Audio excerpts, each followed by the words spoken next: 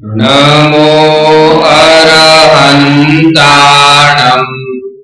नमो सिद्धाणं नमो आयर्याणं नमो उवज्जायाणं नमो लोये सपदाहुम्।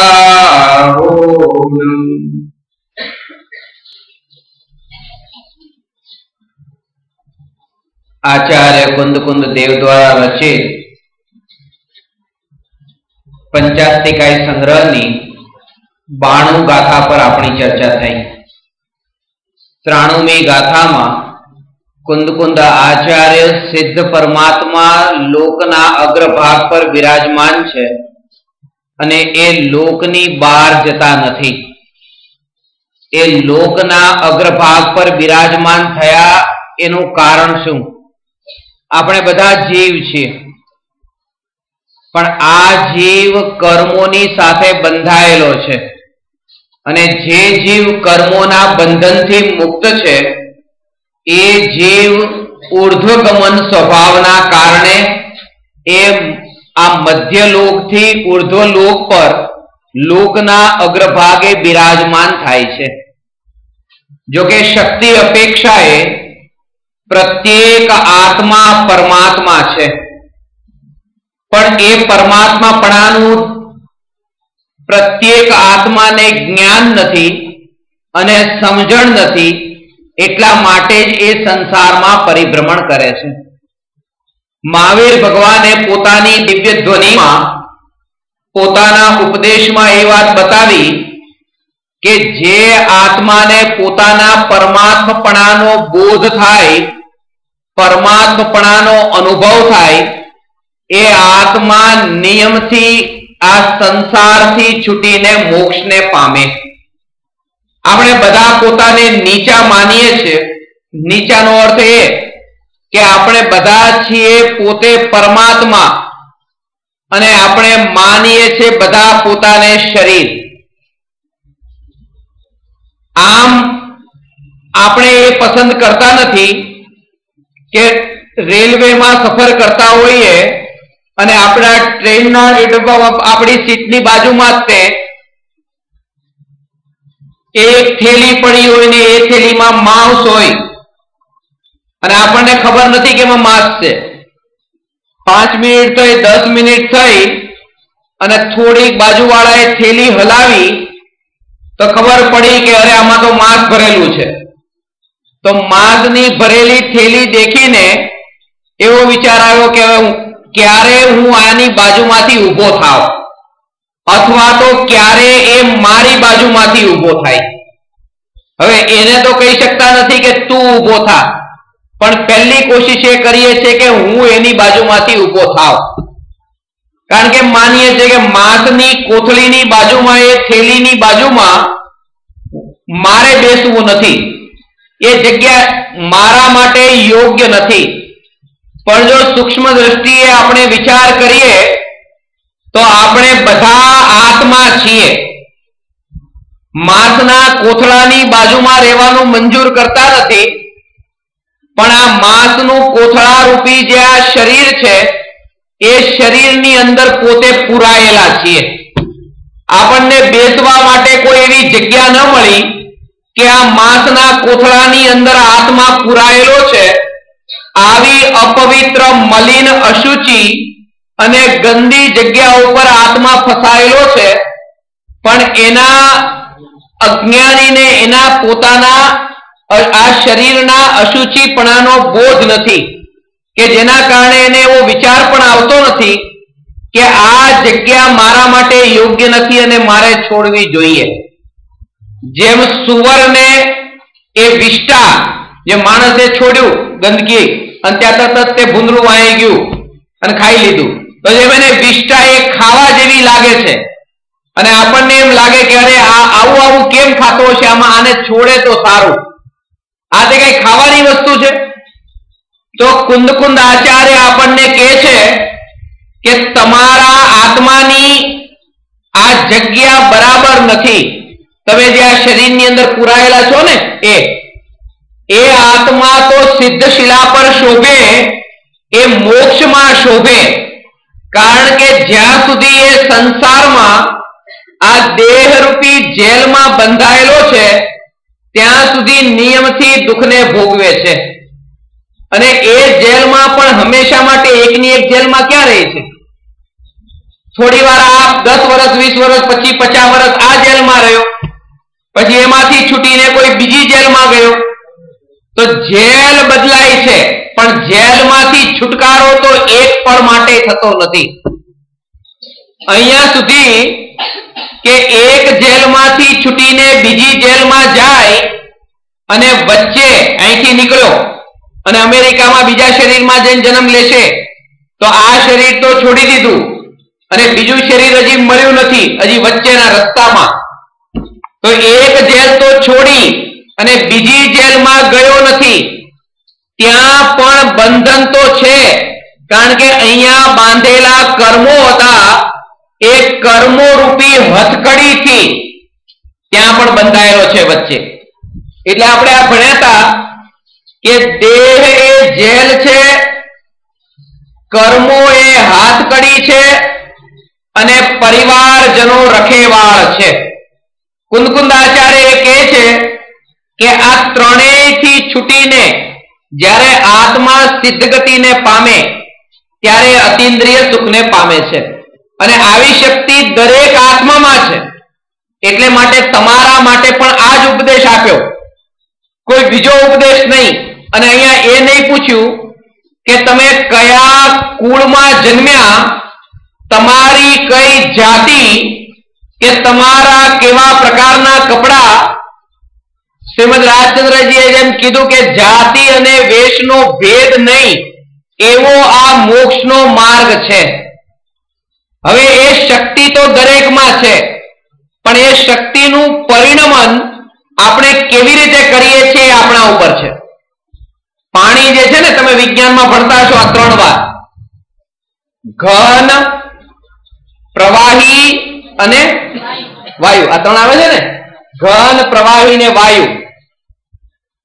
તો પાણી છે એ શું છે? શું છે? પ્રવાહી. આ પાણી પ્રવાહી. અને પાણીનું ઘન થાય તો શું થાય? બરફ. અને પાણીની વાયુ થાય તો શું થાય?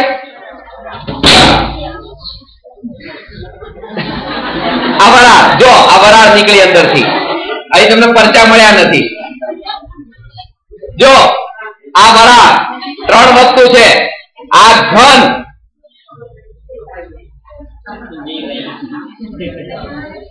આ બધું શું કર્યું ભાઈ? જો આ છે, હવે જો ધ્યાન રાખો, આ પાણી જે છે પ્રવાહી, અને અહીંયા શું છે? ઘન, બરફ. અને આ શું? વાયુ. એને શું કીધું? વરાળ. તો પાણી, બરફ અને વરાળ, આ 3 વાત થઈ. પાણીમાંથી વરાળ કેવી રીતે બને અને પાણીમાંથી બરફ કેવી રીતે બને? આ જે બરફ બને છે એ પાણીમાંથી જ બને છે, અને જે વરાળ બને છે એ પણ પાણીમાંથી જ બને છે. જ્યારે આપણે પાણીને 100 ડિગ્રી ઉપર ગરમ કરીએ તો એ પાણી બળીને પછી વરાળ બની જાય, 100 ડિગ્રીએ ગરમ કરીએ તો. અને જો એ જ પાણીને 0 ટેમ્પરેચર ઉપર લઈ જવામાં આવે તો એ જ પાણી પછી બરફ બની જાય.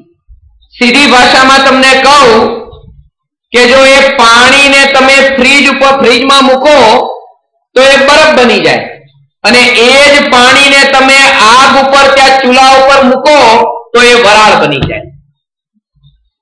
હવે જે પાણી બરફ બનવાની શક્તિ વાળું છે એ જ પાણીમાં વરાળ બનવાની પણ શક્તિ છે.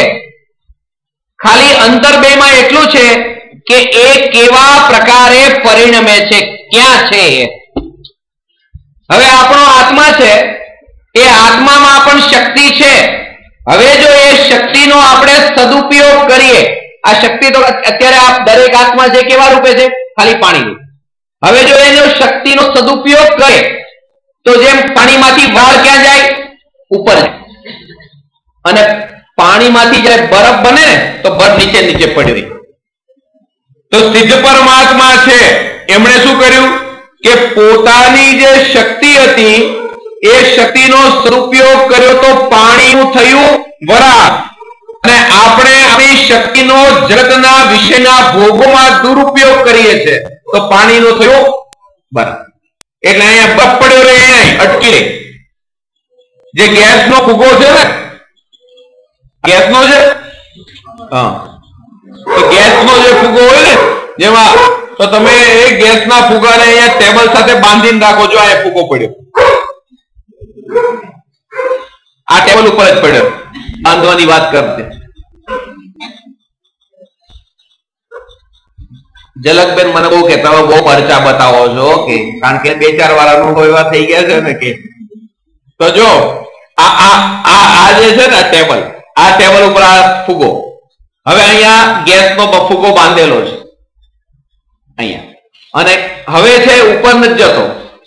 ઉપર જવા માટે શું કરવાનું કે અહીંથી એક કાતર લીધી અને આમ કરીને અહીંથી આમ કાપી નાખ્યું. કાપી નાખ્યું તો શું થયું?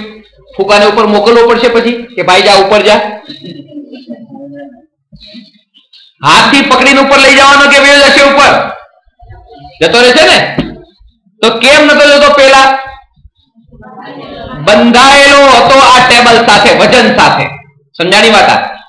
તો આપણો આત્મા પણ અત્યારે બંધાયેલો છે, એ પણ ગેસના ફુગાની તાકાત જેવો જ છે, પણ બંધાયેલો છે કોની સાથે? આ શરીર અને કર્મોની સાથે. કર્મ એટલા બધા આપણે બાંધ્યા છે ને, આપણે પોતે જે કર્મને બાંધ્યા, તો કર્મથી આત્મા પોતે બંધાયેલો છે. જ્યાં સુધી એ કર્મથી એ છૂટો ન પડે ત્યાં સુધી ઉપર જાય કેવી રીતે? અને જેવો કર્મથી છૂટો પડ્યો તો પછી એને મોક્ષે જવા માટે કઈ મહેનત કરવી પડતી નથી. એ અહીંયા 93 નંબરની ગાથામાં કહે છે કે જેવી રીતે એ આત્મા કર્મોના ભારથી છૂટો પડે છે કે તરત જ એ પૂર્ણતાને પામે છે. આ પૂર્ણતાને પામે છે, મોક્ષને પામે છે.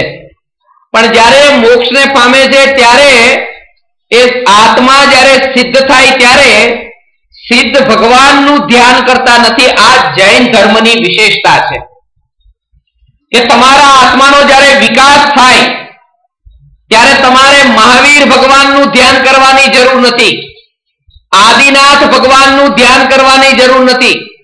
કારણ કે મહાવીર ભગવાન કહે છે કે તમે મારું ધ્યાન કરવાથી મહાવીર નહીં, તમે તમારું ધ્યાન કરો. સમજાણી વાત? કારણ કે તમારામાં એ શક્તિ પડી છે, તમે મહાવીર થઈ જ નહીં શકો. આપણે બધા મહાવીર ભગવાન આ જોયું, મહાવીર ભગવાન જો મહાવીર ભગવાન જેવા કોઈ થઈ જ ન શકે. મહાવીર ભગવાન થઈ ગયા. હવે તમારે જો થવું હોય તો તમારી તાકાત અંદરમાં પડી છે, તમે તમારામાંથી પ્રગટ કરો શક્તિ જે અંદર પડેલી છે એને, પણ મહાવીર ભગવાન જેવા નહીં.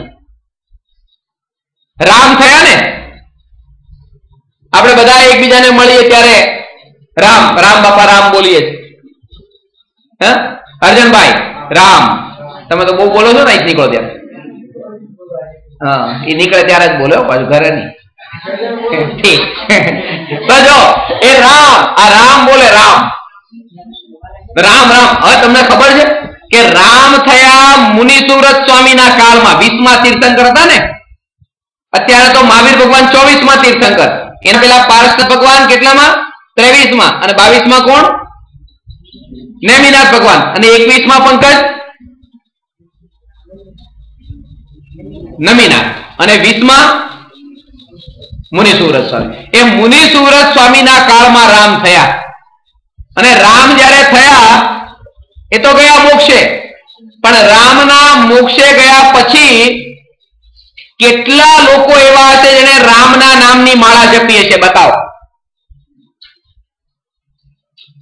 કોઈ એક બે તો નહીં હોય ને, હજારો લાખો કરોડો લોકો થઈ ગયા રામ પછી, રામના નામની માળા જપવા વાળા.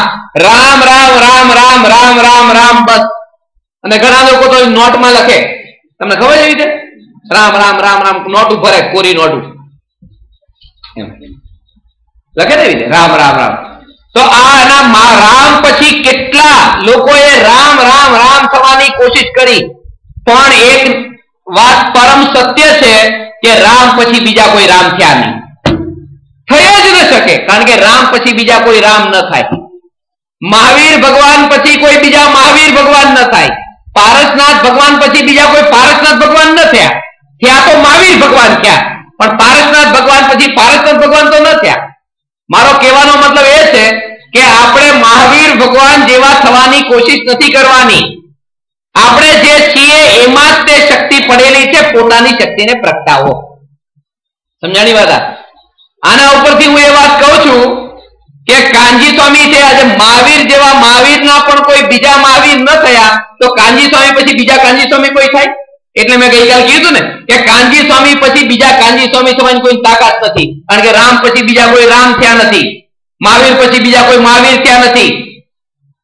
થાય તો એટલું થાય કે એક ગુરુદેવ હતા, તો ગુરુદેવ પછી હું એમના સદગુણો દેખીને મારામાં જે શક્તિ પ્રગટેલી છે, અંદર પડેલી છે, એને હું પ્રગટાવી શકું છું. પણ જ્યારે એ શક્તિ પ્રગટશે ત્યારે કાનજી સ્વામી નહીં થાય, ત્યારે ફૂલચંદભાઈ જ રહેશે. એમ સમજાણી કે નહીં વાત?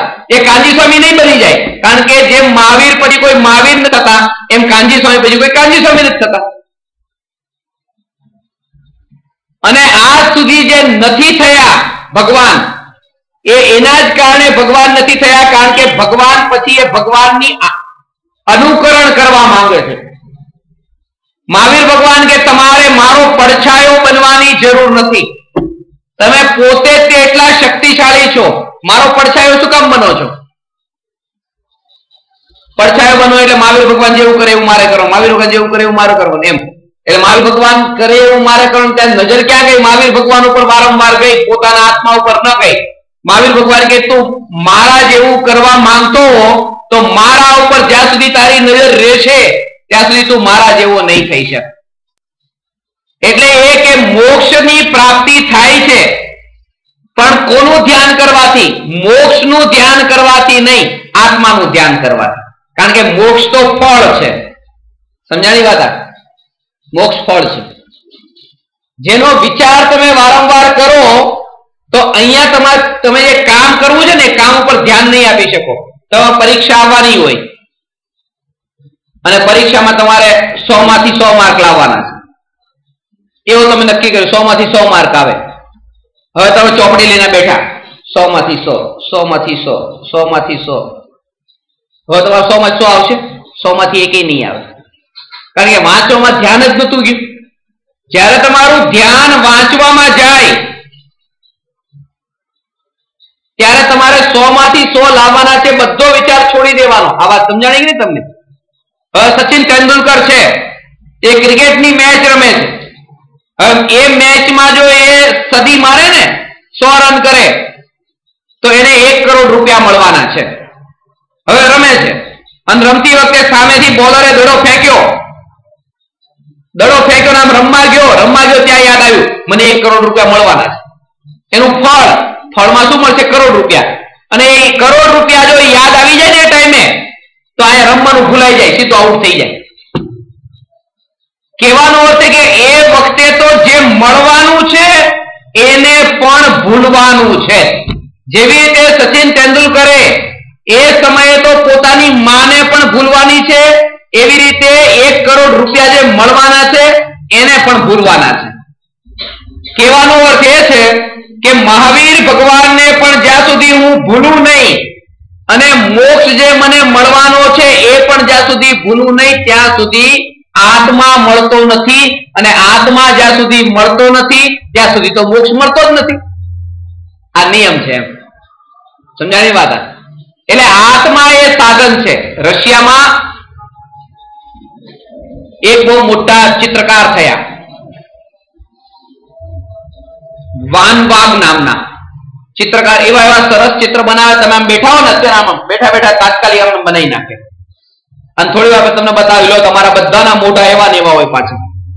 એમના ઘણા બધા ચિત્રો છે મારી પાસે, તમને બતાવું કે આવી રીતે બનાવી નાખે તાત્કાલિક. આમ છે કોઈ ચિત્રકાર અહીંયા? ચિરાગ છે ને? ગીતા છે? આવા એ ચિત્રકાર હતા. એટલા બધા ચિત્ર એમણે પોતાના જીવનમાં બનાવ્યા અને ચિત્ર બનાવ્યા પછી ચિત્ર રાખ્યા કે વેચાય તો મારું જીવન ચાલે, એવા એવા સરસ સરસ ચિત્ર બનાવીને મૂક્યા, પણ કોઈ ખરીદે જ નહીં. કોઈ ન ખરીદે એમના ચિત્રને, અને કામ ધંધો કઈ કરે નહીં. એના ભાઈ હતા આ વાનવાગના, એ ભાઈનું નામ હતું કિયો. કિયો નામ હતું એનું. એ ભાઈ કે આ બધું ચિત્ર બનાવવાનું બંધ કરી દે, ચિત્રકામમાં આખી જિંદગી ગઈ તારી અને કાંઈ કમાણો નહીં. મને વાંધો નથી કે હું તો તને ખાવાનું આપી દે, ખાવાના પૈસા આપીશ, પણ એનાથી વધારે તને કોઈ મદદ નહીં કરું, તારે બનાવવા જ બનાવ. એ વાનવાગે એવા એવા સુંદર ચિત્રો બનાવ્યા આખી જિંદગી, પણ આખી જિંદગીમાં એનું એક પણ ચિત્ર ન વેચાણું. આજે રશિયામાં, જાપાનમાં, વિદેશોમાં એના એક એક ચિત્રની કિંમત 5 લાખ રૂપિયા, 10 લાખ રૂપિયા, 20 લાખ રૂપિયા એક ચિત્રના અત્યારે, એના મર્યા પછી. પણ જયારે જીવતા હતા ત્યારે એનું એક પણ ચિત્ર ન વેચાણું, પણ પોતે ચિત્ર બનાવે. ભાઈ એને કે બંધ કર તો એ ન કરે, રોજ એને ખાવાના પૈસા જે આપવાનો એ આપી દે. હવે અઠવાડિયામાં જે 7 દિવસ હોય ને, સોમવાર થી રવિવાર સુધી, એ 7 દિવસમાં એ 4 દિવસ જે ભાઈ પૈસા આપે એ 4 દિવસ તો જમે અને 3 દિવસ ઉપવાસ કરે, 3 દિવસ ન જમે. અને એ જે પૈસા મળે ને એનું કલર ને બધું બજારમાંથી જેથી લાવે ને કલર કામ કરે, પછી એના 3 દિવસ ભૂખ્યો રહે. અને ચિત્ર વેચાતા નથી, ચિત્ર બનાવે. બહુ પ્રસિદ્ધ આ વાનવાગ નામના એ ચિત્રકાર છે.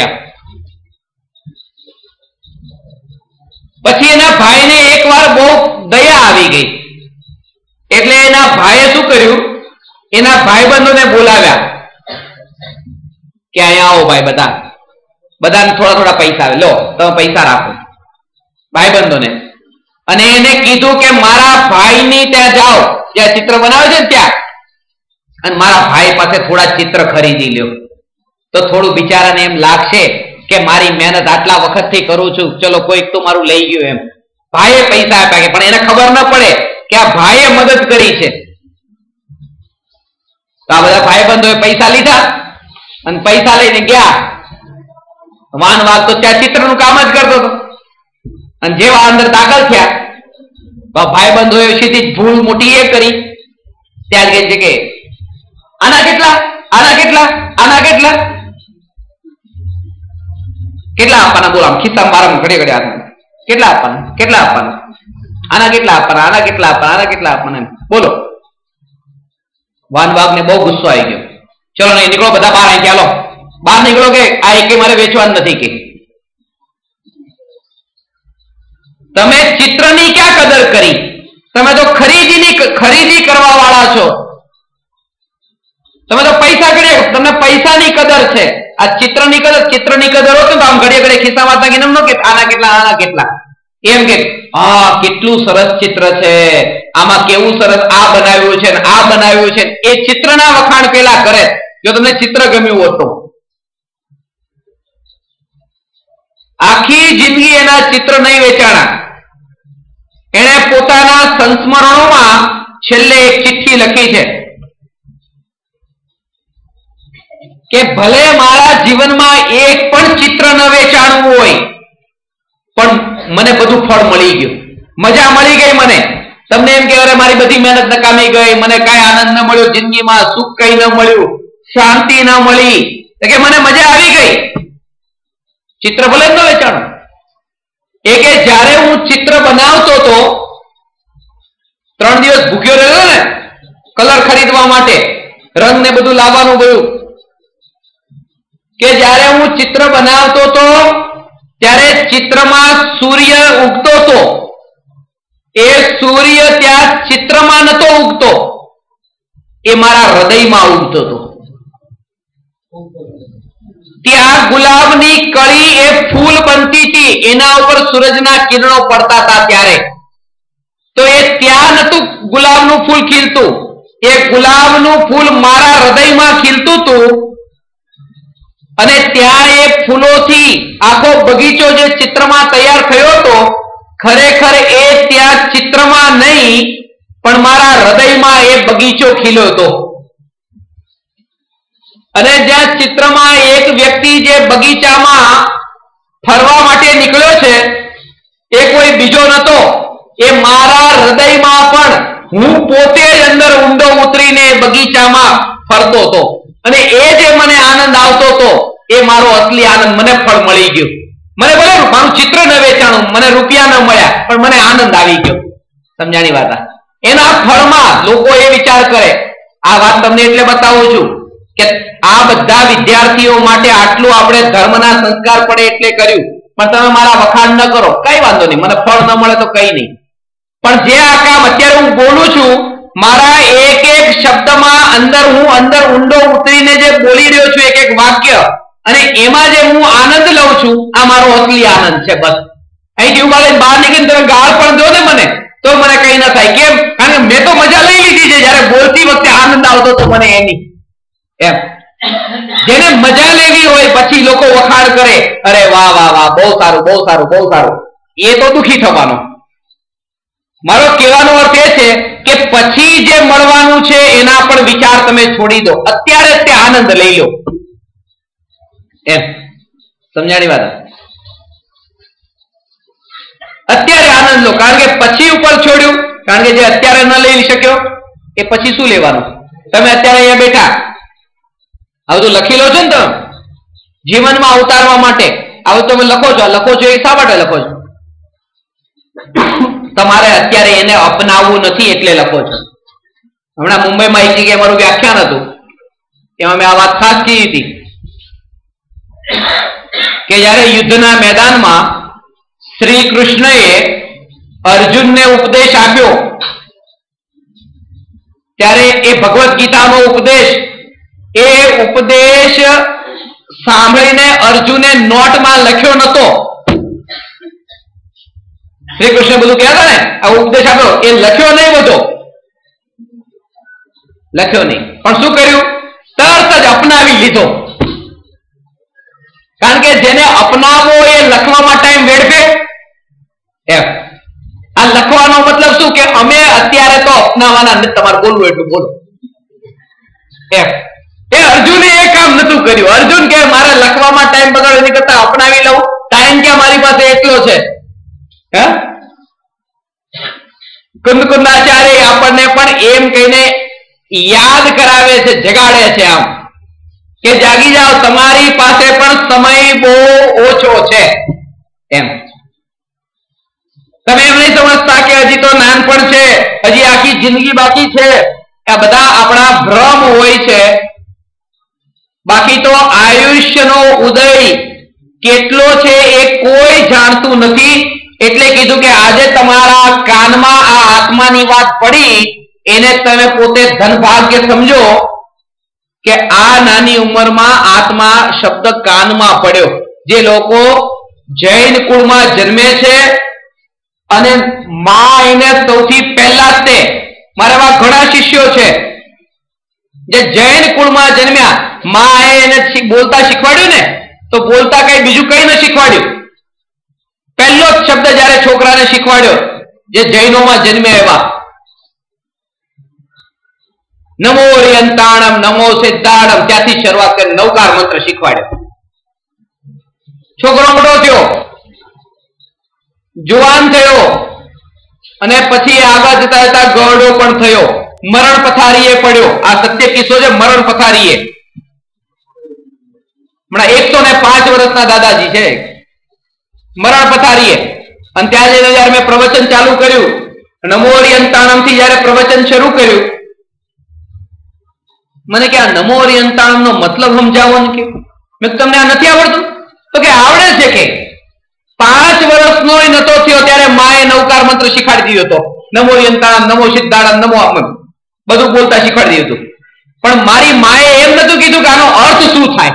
અર્થ મને નથી ખબર, આમાં શું કીધું છે કઈ ખબર નથી. 100 વર્ષ વીતી ગયા. 5 વર્ષના હતા ત્યારે શીખ્યા હતા, 105 વર્ષના થઈ ગયા. 100 વર્ષ આમ નામ નીકળ્યા, પણ તો એક વ્યક્તિ એને બતા અત્યારે છેલ્લા ડુસકા લેતા હતા. મેં કીધું તમને ચોક્કસ બતાવીશ, ચોક્કસ તમને કહીશ. કેન્સર થયું હતું એમને છેલ્લે. ચોક્કસ કીધું આ તમને આ 105 વર્ષે પણ શીખવાનો આ આત્મા, આ અરિહંત એટલે પરમાત્મા કોણ એ ભાવ તો તમને આવ્યો ને, હું તમને ચોક્કસ કહીશ.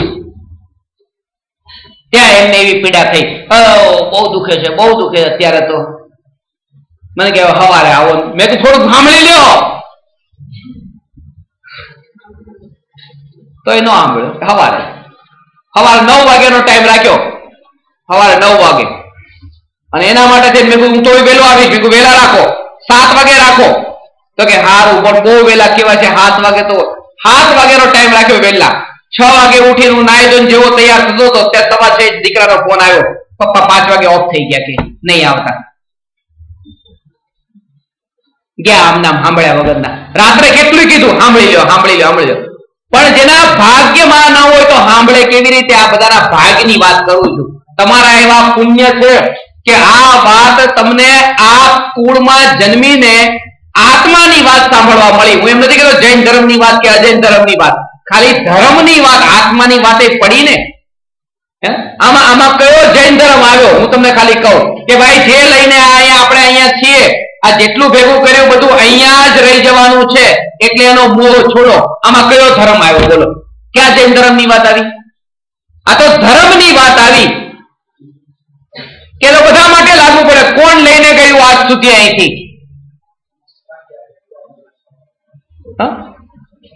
કે ખાલી હાથે આવ્યા હતા ને? પણ મેં પુસ્તકમાં અલગ વાત લખી છે. ખાલી હાથે આવ્યા, ખાલી હાથે જવાના એમ નથી લખ્યું. હાથ વગરનો આવ્યો હતો ને હાથ વગરનો જવાનો છે. કારણ કે હાથમાં જ એકલો આવ્યો હતો ને, હાથ લઈને આવ્યો તો ગયા ભોમાંથી, હાથ ખાલી લઈને આવ્યો તો ગયા ભોમાંથી. એ તો એકલો આવ્યો તો, હાથે આ ભોમાં મળ્યા હતા. માના પેટમાં આવ્યો ત્યારે તો હાથ વગરનો આવ્યો હતો અને હાથ વગરનો ગયો.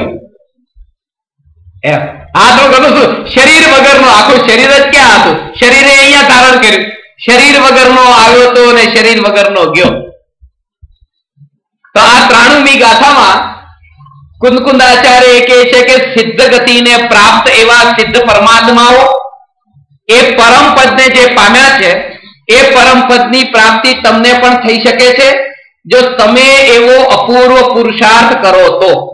અને ધીરે ધીરે જો થોડું થોડું આ કલાક પણ તમે સાંભળશો, ઘરે જઈને 10 મિનિટ 15 મિનિટ પાછું લખશો, પછી ક્યારેક પાછું દિવસમાં એને વાંચશો, પછી પાછું એને યાદ કરશો, થોડુંક વધારે યાદ રહેતું થઈ જાય તો ક્યારેક પાછા પ્રવચન આપશો, તો એવા સંસ્કાર આત્મામાં પડશે. એ ભવ પછી પણ તમારા આત્માના અંદર એવા ગૂંથાઈ જશે કે આગામી કાળમાં નિયમથી તમને એ મુક્તિનું કારણ બનશે. અને ખરેખર તો એવું છે કે જેને આગળ એવું ભવિષ્યમાં ભલું થવાનું હોય તો જ તે આ વાત તમને અત્યારે કાનમાં પડે, નહીં તો ન પડે. આ છોકરા આવે અહીંયા અને બાપા હોઈ ગયા હોય ઘરે. છોકરાના પુણ્ય ના ઉદય છે, બાપાના ક્યાં છે? બાપાને તો ભટકવાનું છે એમ. તો અહીંયા બેસીને સાંભળો ને તમે. ના અમે ઘરે બેસીને ઘરે હુતા સાંભળીએ, હુતા સાંભળે. અહીંયા જે બેહીને સાંભળે છે એ હુઈ જાય છે, જોકા આવી જાય. જે હુતા સાંભળતો હોય છે તો હું હાલ થતા હોય. આ વાત એટલી અઘરી છે, આયા સાંભળતા હોય એને ત્યાં અઘરું લાગી જાય તો આમ એક જોકું આવી જાય એવું રે ભાઈ.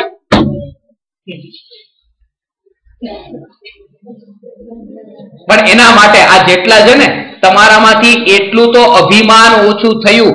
આ અભિમાન જો છૂટે તોય તે અહીંયા સુધી આવવાનો વિચાર આવે, નહીં તો એમ લાગે કે હું આટલો અહંકારી, હું સાંભળું કેવી રીતે એમ. અને મારાથી મોટા ભાગના જેટલા પણ ભારત દેશમાં હોય કે પરદેશમાં હોય, જેટલા શિષ્યો છે 90% થી 95% શિષ્યો બધા મારાથી મોટી ઉંમરના છે. બધા 50 વર્ષના, 60 વર્ષના, 70 વર્ષના. અને બધાને પગે આમ આવે છે, બધા બેન પગે લાગે ને, તો એના માટે અભિમાન છોડવું જરૂરી છે. અભિમાન ન છૂટે તોય તે ના આવે. હું સાંભળું, હું તો 80 વર્ષનો અને આ તો કે 30 વર્ષના, એને શું ખબર પડે કે એમ. એના કરતા મેં 50 દિવાળી વધારે જોઈ છે એમ. એમ કે તમારા કરતા દિવાળી વધારે જોઈશ મેં.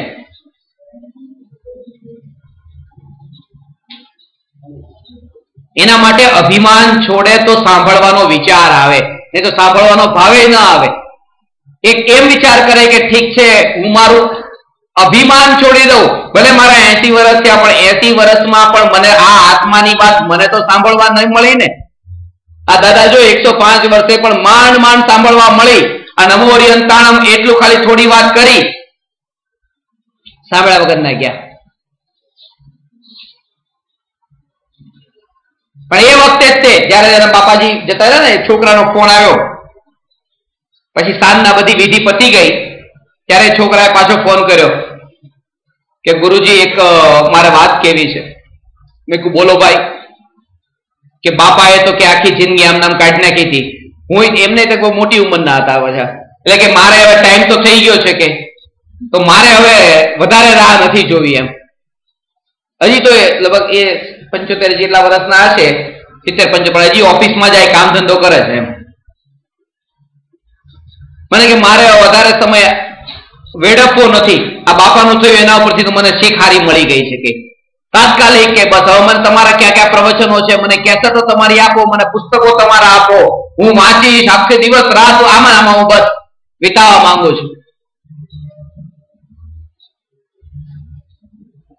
અઠવાડિયું થયું ને હું તો અહીંયા આવી ગયો. તો પછી અઠવાડિયા પછી જયારે હું મુંબઈ ગયો ત્યારે મેં એમને ફોન કર્યો. મને કે ટાઈમ જ નથી, હમણાં વેપારમાં બહુ કામમાં છું, નામ છું તેમ છું, બધું ભૂલી ગયા બાપા ગયા પછી. એ થોડા ટાઈમ માટે એવું લાગ્યું ખરેખર કરી લઉં, ખરેખર કરી લઉં, ખરેખર કરી લઉં, પછી કઈ નહીં. આપણે બીજાના મોતને જોઈએ તો છીએ, પણ બીજાના મોતને જોઈને પોતાનું મોત નથી જોતા. અને જે બીજાના મોતને દેખીને પોતાનું મોત દેખી લે એનું પછી ક્યારેય મોત થતું નથી. આ વાક્ય યાદ રાખી લેજો. બીજાના મોતને દેખીને પોતાનું મોત દેખી લે એને ક્યારેય મોત થતું નથી. એટલે એ તો હંમેશા માટે અમર થઈ ગયો, કારણ કે જ્ઞાની થઈ ગયો. હવે એને બોધ આવી ગયો કે હું પણ અહીંયા હંમેશા રહેનારો નથી, એટલે હવે આમાં ક્યાંય અટકવા જેવું નથી.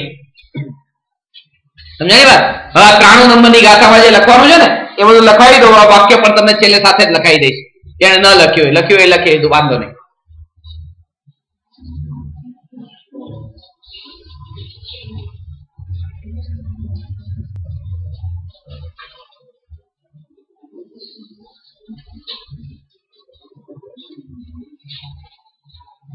દરેક આત્મા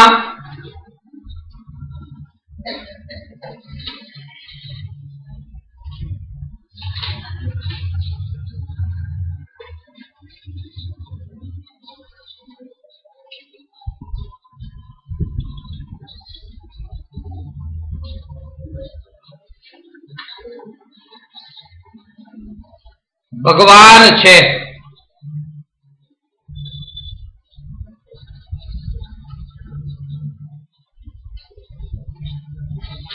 જ્યારે આત્માને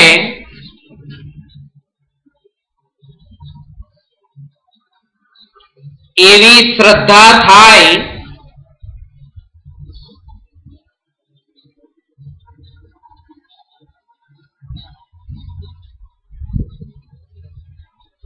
કે હું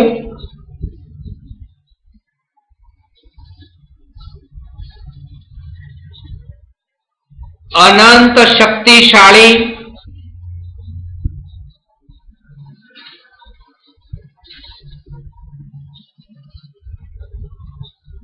પરમાત્મા છું,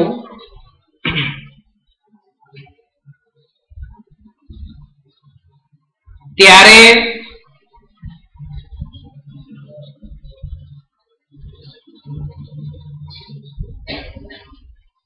તે આત્મા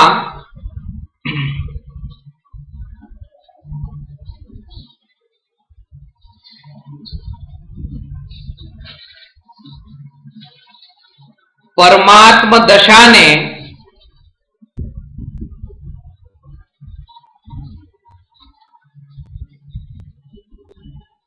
પ્રાપ્ત કરે છે.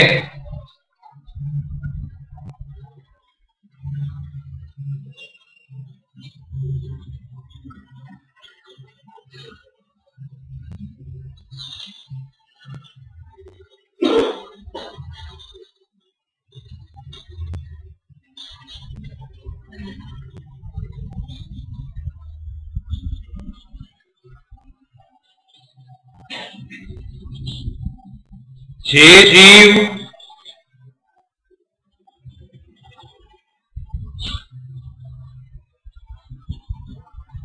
બીજાના મરણમાં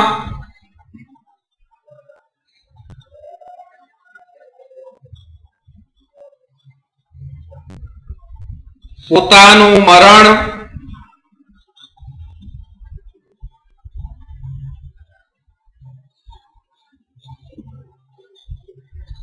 દેખીને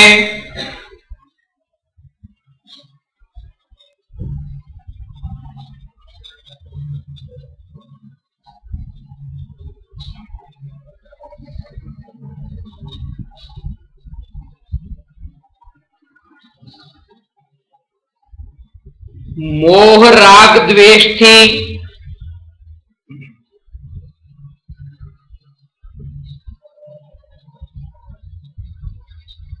છૂટે છે.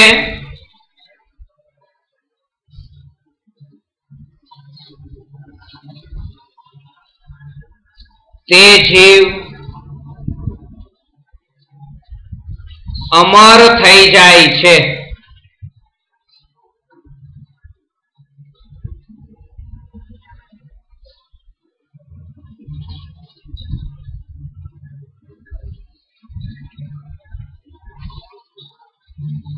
એક વાક્યમાં હજી લખી લો. પેલું પાણી, જેમ પાણી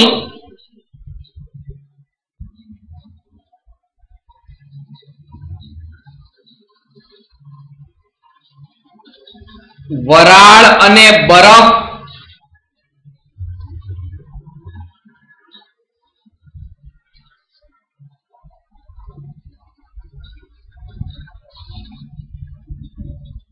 એમ બંને રૂપે બદલાય છે.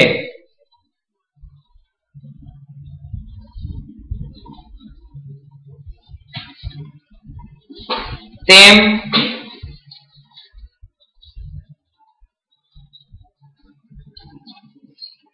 આત્મા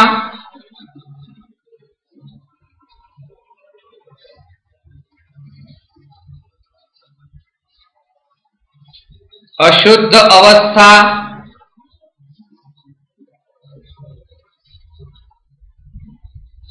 કૌંસમાં લખો સંસાર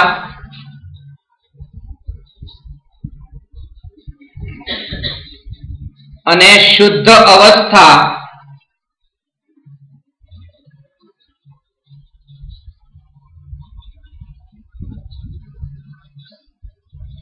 કૌંસમાં મોક્ષ.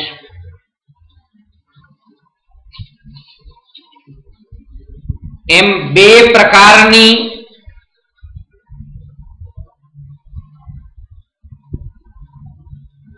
અવસ્થા રૂપે પલટાય છે.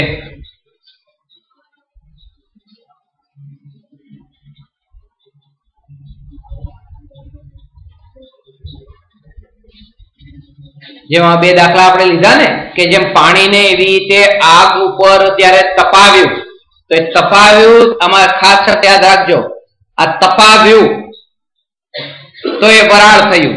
એવી રીતે જ્ઞાની આત્માને તપ વડે તપાવે છે. આ તપ એ શું છે? તપસ્યા. એ તપ વડે તપાવે છે તો તપાવતા શું થઈ ગયું? પછી આત્મા પરમાત્મા મોક્ષ ગયો ને, વરાળ જેમ થઈ એમ ઉપર જવા માટે.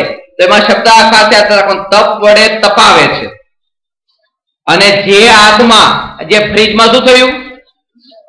બરાબર, તો ફ્રીજમાં જાય તો ગરમી હોય કે ઠંડી હોય? તો જે ટાઢા થઈને બેઠા રહે ને, જે ટાઢા હોય એ પછી બધા શું થાય?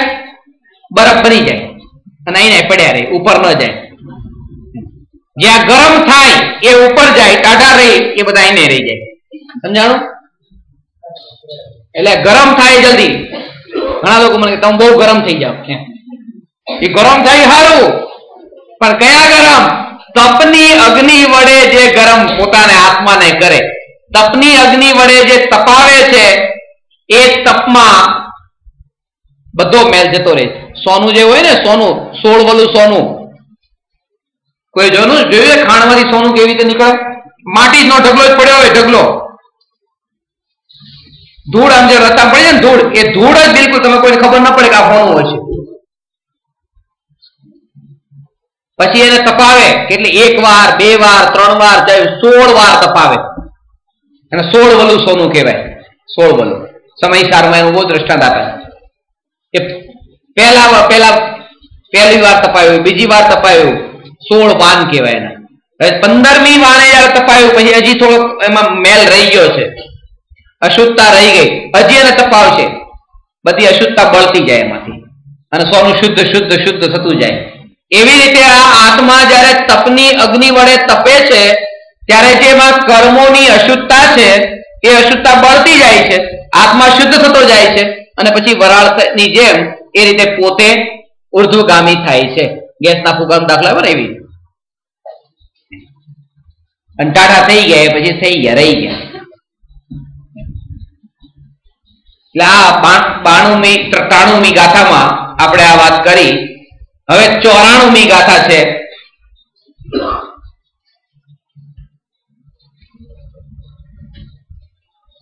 જેમાં કુંદકુંદ આચાર્ય અત્યાર સુધી જે વર્ણન કર્યું, 5 દ્રવ્યોની ચર્ચા થઈ ને, જીવ, પૂદગલ, ધર્મ, અધર્મ, આકાશ ને કાળ, એમાંથી 5 દ્રવ્યો. આકાશ સુધી આપણે ચર્ચા કરીએ ને, કાળ બાકી છે આગળ. 5 આકાશ સુધીના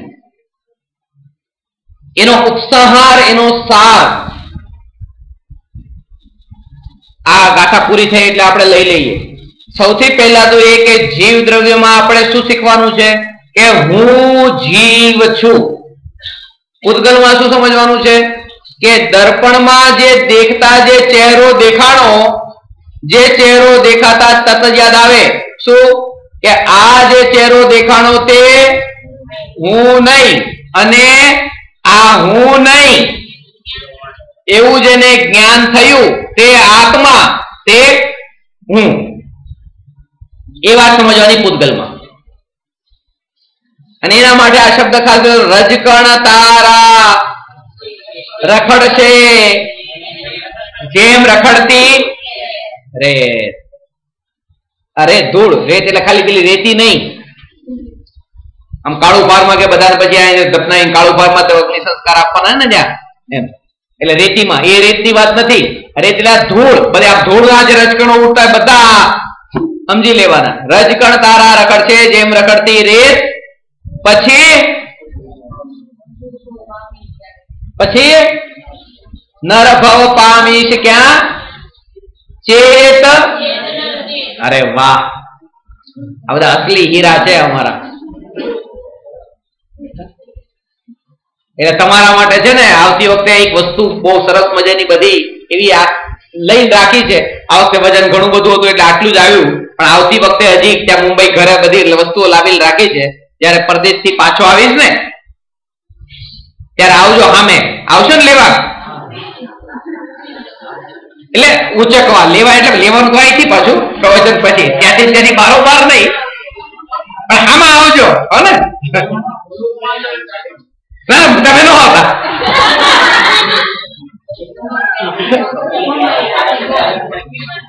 તો અહીંયા આપણે 93મી ગાથા થઈ છે અને એવા પૂદગલ બતાવ્યું કે રજકણ તારા રખડશે જેમ રખડતી રેત. પછી નર ભવ પામીશ ક્યાં? ચેત ચેત નર ચેત. ધર્માસ્તિકા અને અધર્માસ્તિકાનું વર્ણન કર્યું. એમાં એ સમજ્યા કે આ જગત જે ચાલી રહ્યું છે એના ચાલવામાં તું તારા માથા ઉપર આજે બોજો રાખી રાખીને ફરી રહ્યો છે કે મારા કારણે ચાલે છે, તો આ બોજો તું તારા માથા ઉપરથી ઉતારી નાખ. કારણ કે આખું જગત પોતાની રીતે ચાલે છે અને મારા પછી આ જગત ચાલશે નહીં એવું જે લોકો કહેતા હતા, એવા લોકો અત્યારે ત્યાં કબ્રસ્તાનમાં, સ્મશાનમાં, મહાણિયામાં ત્યાં એની રાખ પડેલી છે. એ કોઈ અહીંયા નથી, પણ જગત બધું બરાબર ચાલી રહ્યું છે. એટલે આ અહંકાર છોડી દેવાની વાત ધર્માસ્તિકાય અધર્માસ્તિકાયમાં સમજ્યા અને આકાશ દ્રવ્યમાં એ વાત સમજ્યા કે ભલે હું આ આકાશમાં રહું છું પણ આકાશનો માલિક થઈ જતો નથી. જેવી રીતે હું ભારત દેશમાં રહું છું તો ભારતનો માલિક ન થઈ ગયો, જેમ ગુજરાતમાં રહું તો ગુજરાતનો માલિક ન થઈ ગયો, જેમ ઉમરાળામાં રહું તો ઉમરાળાનો માલિક ન થઈ ગયો, એવી રીતે આ ઘરમાં રહું છું તો ઘરનો માલિક ન થઈ ગયો. રેવાથી માલિક થઈ જતા નથી એ વાતને આપણને આકાશ દ્રવ્યમાં સમજાવી અને હવે કાળ દ્રવ્યની વાત આપણે કરીશું. જે હવે વાત બતાવશે કે આપણે આત્મા પરમાત્મા પદને પામે તો એ કેવી રીતે પરિણમે, એનામાં કેવી રીતે બદલાવ આવે અને આવો બદલાવ આપણા બધામાં આવે, બધા આત્મા પરમાત્મા પદને પામે. આવી પવિત્ર અને મંગળ ભાવના સાથે આજનું વક્તવ્ય સમાપ્ત કરું છું. હવે બધા આપણે મળીશું પરદેશથી આવ્યા પછી.